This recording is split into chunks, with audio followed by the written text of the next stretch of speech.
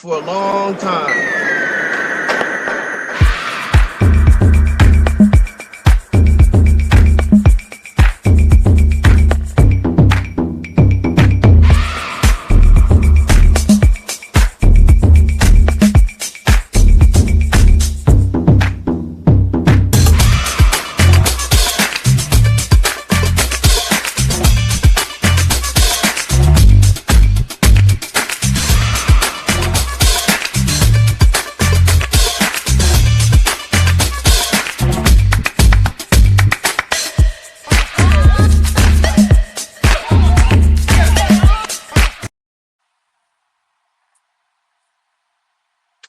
Hey, welcome to this newest episode of Special Teams Unit Podcast, also known as STUpod. I am Chris Hopkins, here with my co-host Buster Chestnut. Our guest today is the amazing Dave Crumbley. If you know Toledo comedy, you know Dave Crumbley. Dave Crumbley, this man should be Dave Crumbley. That's your new name, Dave Crumbley. Just mix it all together. Dave Crumbley. From just all his endeavors in Toledo, basically, he is a one-man comedy scene. He puts on 4 to 5 shows a week, book shows, not show up, go up bullshit, at actual venues that people come to see comedy and they care about. And it's some amazing shit. You've already put on over 100 shows already in 2026, and a market the size of Toledo is ridiculous. So without further ado, let's introduce our guest. Let's bring in Dave Crumbley. Get a STUpod round of applause. Clap it up. Chris, thank you so much for the kind words. I am headed to the courthouse today to legally change my name to Dave Comedy. That's good branding, brother. Let's make that happen. I'm excited to be here. I'm in the midst right now of I have 15 shows over the next 13 days, so it's a lot. Busy. Hold on, wait. You're gonna have to duplicate yourself so you can be in 2 places at once. We got a couple of shows at Spirits that are ticketed shows where we got early show, late show. So that good old cup. Couple double deckers. Yeah. But the amount of volume that you're producing is ridiculous, and I can't even fathom that. I've been doing the production for about 6 months now. Doing all right, but I mean, that's just a powerhouse of production. Yeah. I definitely applaud you for that. That takes a lot of dedication. Like what drives you to want to produce high quality shows and entertain people? Like, what drives Dave? I've loved stand-up my entire life. I've been doing stand-up for 10 years. I think stand-up comedy, when it's done well, is the coolest thing in the world. But man, it is done well so rarely. Yep. I think most people who run shows have no idea what they're doing. I don't think they have respect for it. They just like trying to present a comedy show with a television behind your head on. People are trying to look through you to watch football. Yep.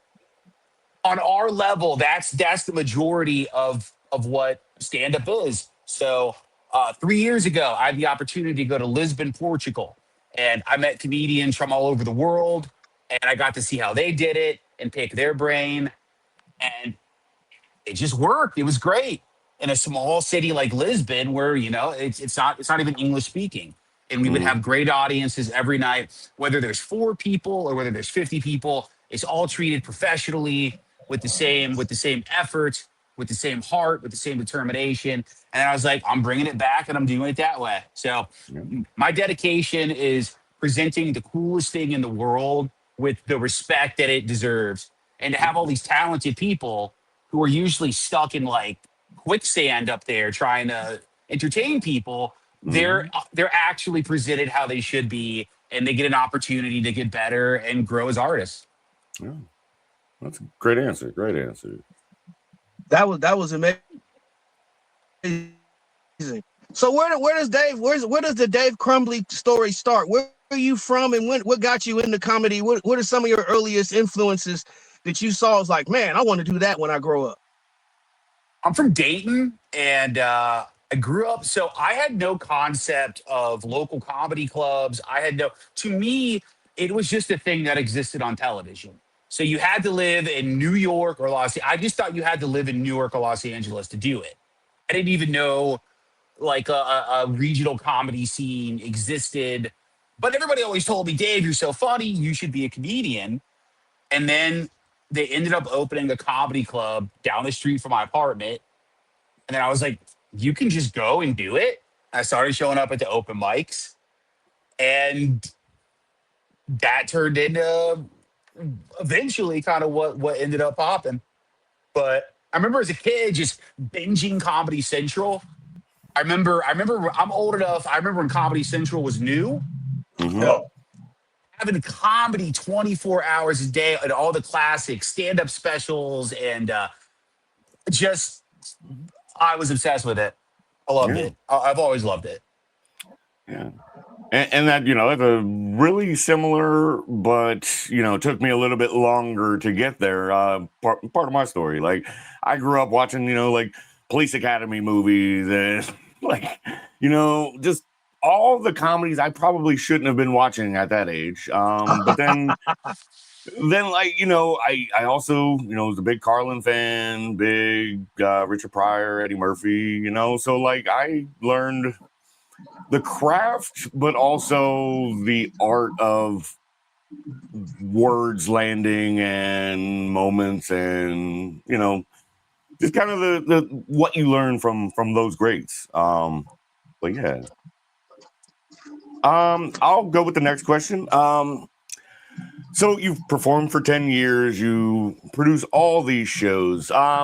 What do you think your biggest show that you've done, either how many people were in the audience, or what that meant for your career, just anything, your I mean, choice. I guess there's two. To me personally, the most important show I ever did was I have a big competition show called the Crumbly Cup. My Yeah. baby. I've been doing this for 5 years. It's where 32 comedians compete in a series of head-to-head 60-second sets, and then we have judges determine who had the better set, and then you move on, right? So it's a single one-night elimination tournament. So you have 32 regional comedians just doing all night, right? Just Yeah. they're hot as 60 seconds at a time. So we took that to Lisbon. So doing that in Lisbon, which is such a place that's so important to me, doing that in their English language comedy club, Republic of Comedy. Personally, that was the biggest to me. But professionally, I mean, we sold out Toledo Funny Bone, 224 seats. Yeah. I believe it was June 15th of last year. And that's a lot. And then we followed it up with 150 around Christmas. So yeah, doing those mega events at the Funny Bone where it's a really cool, not just for you, and of course it's a good payday, but like it's a reward for our open micers, for our local people who stick with my shows and work hard. And you're at a pizza place, or you're just at like some bar, you don't even have a stage, right? And now you get to be in front of over 200 people at a comedy club with the professional lighting. And then like I pay photographers to come in and video people. So, you get that stuff forever. You get that photo of you at the Funny Bone by pro forever. So Mm-hmm. it levels up everybody. All 32 people who come to that show, they leave with that experience and like professional media that shows that they were at the Funny Bone in front of all these people, and that levels everybody up. Yeah. Well, Speaking of leveling up, you provide a lot of opportunity for comics, and as a booker and someone who's seen high level comics and have booked people that have been on like major platforms to guys who are going up for the first time, what do you think makes a good stand-up comic as far as just getting started, and then what do you look for as far as someone that you would book consistently? I think what's most important for a new comedian is you need to be able to be produced. So there are people that are new and they come up and you can tell they have something, but if they can't take feedback, they're never going to get good. And I don't want to work with them if they're overly offensive, and you go, "Hey, you're funny, but dial this back a little bit because we're at a pizza parlor." You Yeah. know, people are trying. Yeah, people try. It's a free show. Anybody could walk it off the street. So, and they're not. They can't take feedback. It's not going to work. But not just being able to be produced, having a good attitude. Uh, if you say you're going to be somewhere, be there. And if Hmm. you can't make it, tell the booker you can't. It's always fine if you can't make it. Just be Yeah. upfront and be honest. But yeah, just the it's a cliche, but it's true. The best ability is availability. So just good attitude and be ready to go for your reps. Yeah. All right. Well, it appears that Chris may have lost connection, which is okay. I have a couple, pocketed questions just in case. um, so, my next question is more on, kind of the production, the. All right. So as I've said, I've been producing this weekly show, and I do a live stream portion, which I enjoy. The comedians enjoy it, but I found with my online audience, like they don't have any like room in the room feedback. Do you ever do anything where you are trying to capture the audio of like the audience, clapping and not necessarily a laugh track, obviously, but just capturing the audience audio so that it kind of goes with the with the mood that's in the room. Does that make sense? So I have a video guy. His name's Raj, and I pay him every single week to come to the shows and get clips for our social media, edit it together. And I think what Raj does a good job of is he will kind of splice between the performer and the crowd just Mhm. to show, because if you're just a local person scrolling through reels, you assume a local, and you don't know any better. You don't know who I am. You've never been to the shows. You assume a local comedy show is just going to be a few comedians in an empty room with nobody, right? Yeah. So how we try to present this stuff is like, no, if you come to this is cool. You're Yeah. not going to be the only person. It's not going to be awkward. It's good. We have a real audience. So yeah, we focus a lot on how do we capture the vibe of this place and how do we show that off in 15 seconds. Yeah. Yeah, Raj does amazing work. Oh, Yeah, Raj is great, and he pumps out a lot of stuff. And a big part of the growth of the shows has been, and at first it was tough because there wasn't a lot of money coming in. It was a huge percentage of what we made, but I don't think we would have had that growth if we didn't have Raj. So it did work. Big shout out to Raj. Hopefully I'll Love talk to you Raj. someday. All right, let me switch up this. All right, Chris. Oh, okay. So this is an off comedy topic. Dogs or cats? Cats all day. All day cats. I got two in I love them. Dogs, I don't dislike dogs. To me, dogs are kind of like kids, where it's cool if it's somebody else's. Yeah. It's fun to hang Yes. out for a day with them, but man, it's too much. Especially Yeah. I travel and I got to be, if I'm out of Yeah. town for a week, you can have somebody checking on your cat. A dog, I would come back, the apartment would be ripped in half. Like you can't, no. All right. Well, I have a question then. So you're a sports fan. We talked about it before the recording went live. One And of dog- my what? Oh, all right. One of my side businesses, I sell sports cards. All right, and I did play football for a long time. Did you ever play football? I played a little in elementary school. I never stuck with like sports really. I got fat very early, and not an offensive lineman way, but just like I was going to say that could be good for some positions. No, it was just a lot. It was a lot of video games. I lettered in Nintendo 64. Ooh. Sounds like we need to have a Mario Kart competition sometime. Oh, I would destroy. I'm a demon on that Nintendo Switch too. It's embarrassing. Well, once I upgrade, I'll give you a holler. Let's go. But anyway, my question I was getting to is, Well, if you speaking of cats, could we're play gonna on talk about the defense- real cats. No, we're not turning this into a Bengals podcast. I'm sorry. But if you could play defense, what position would you play and why? Coordinator. I'm not trying to get hit. Oh, I like that. All right. Go ahead. You can ask your Bengals If you were questions my if you want, coordinator, I'll run through a brick wall. Hey, you shouldn't have said that shit. Let's go. I'm trying to get turnovers. I'm trying to go to the Pro Bowl. We need the ball back. Get that shit back in the red zone, Joey B, every time. As long as he stays healthy. Dude, he's gonna dominate this year. I'm going to Madrid for the Bengals Euro game.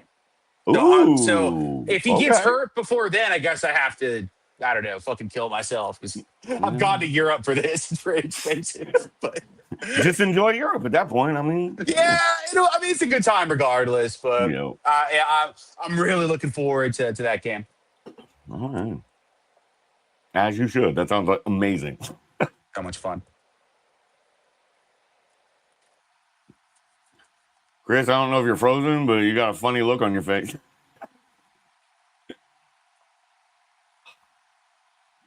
He needs to get better data plan. Got to get that Tesla, get that Starlink in the car. Exactly. All right. So we have been rambling for a little bit. All right, you're back.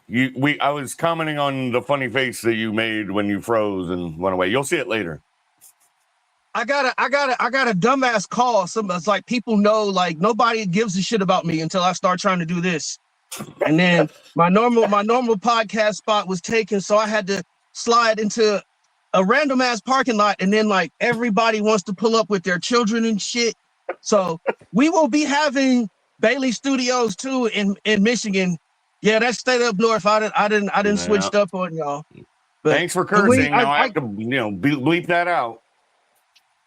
Hey, I can get weed up here cheaper. You can get cigarettes in Ohio. I can get an ounce for $5 up here. Noted. Weed candy is cheaper than regular candy in Michigan. Yes.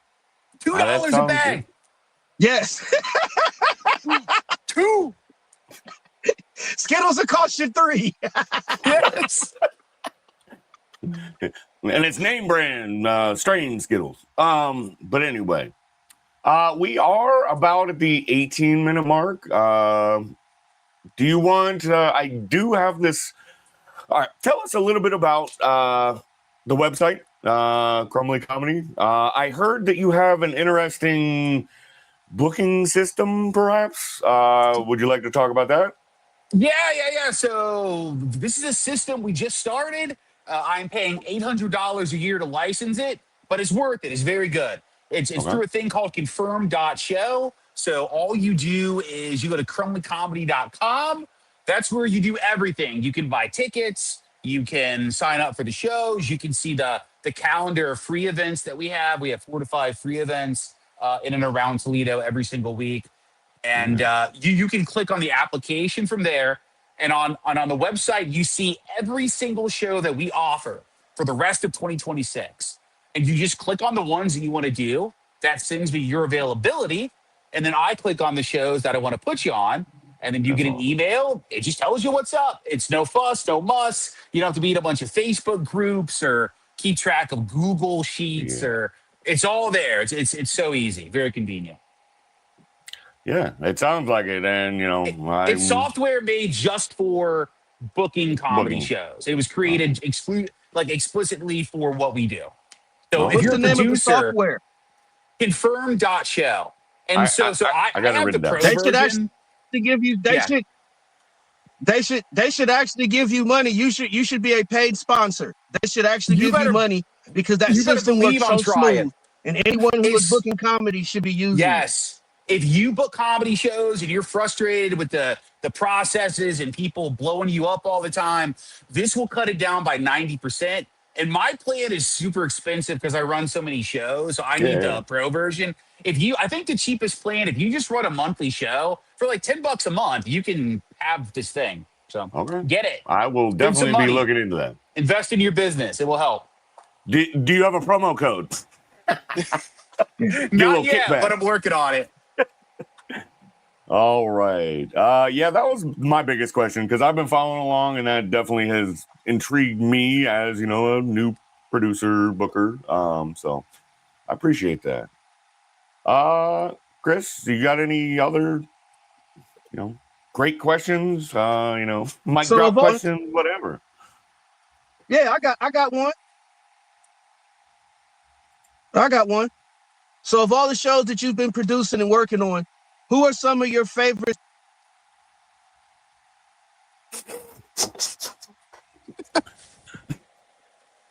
Let me just try and finish this thought. Who are some of your favorite comedians that you worked with in your...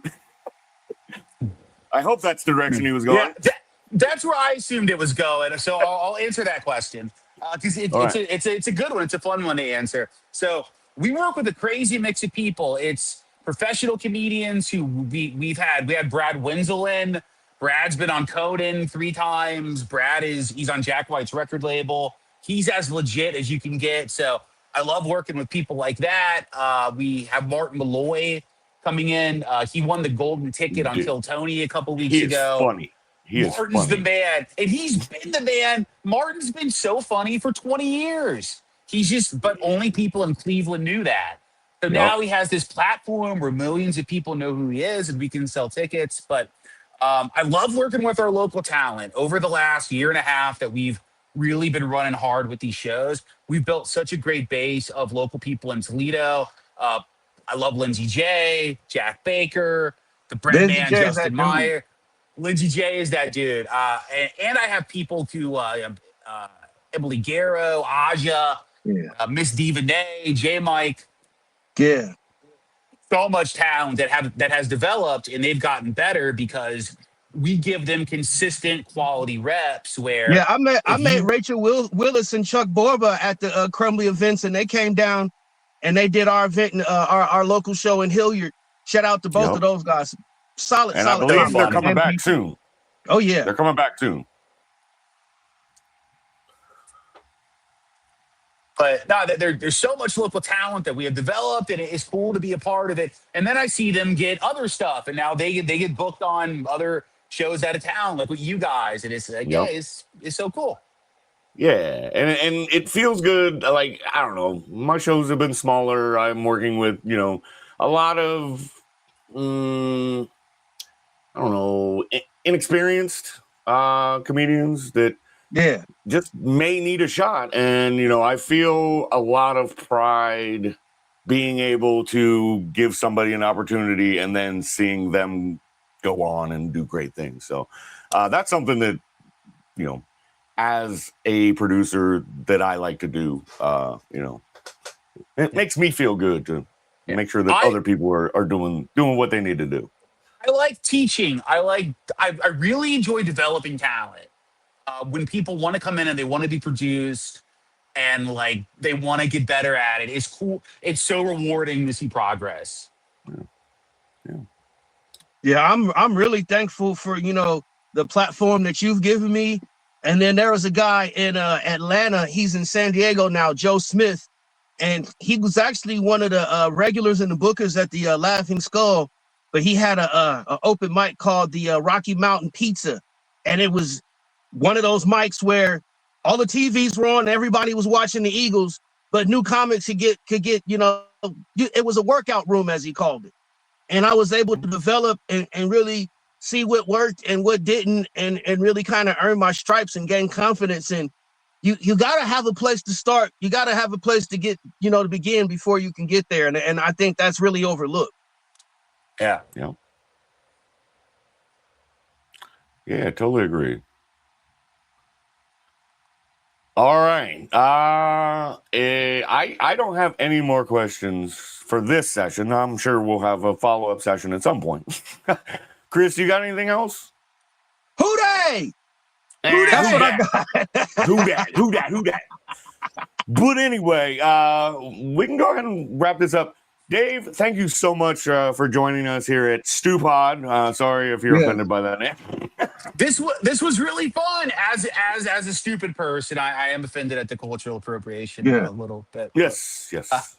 No, this was really fun. Thank you guys for having me on. And if you live in Toledo or anywhere by Toledo and you've ever thought about doing stand-up comedy, this is not a gate-kept thing.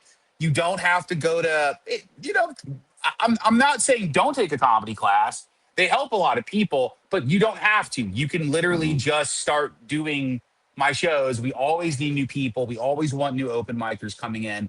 CrumblyComedy.com. Hey, I'm gonna say Check this. it out. A lot of people that teach them comedy classes ain't even funny. Don't let them take your money. Very true. Very true. There's so many crazy scams online of people selling. The internet is crazy. At least in the clubs, like it's vetted a little bit somehow. A little bit. This online stuff is wild. The people just trying to sell courses. By the way, check out my new course that I'm developing. $5.99. No, just kidding. But thanks again, You get a Dave. free ounce of We weed appreciate your time. with that. There you go. Thank you again for your time, man. We'll be talking. I'm sure we got some comedians that we can, trade some information on and help out. Excited. Thanks, guys. All right. Thank you so much. Thank you, Dave. Later. Thank you. What up, everybody?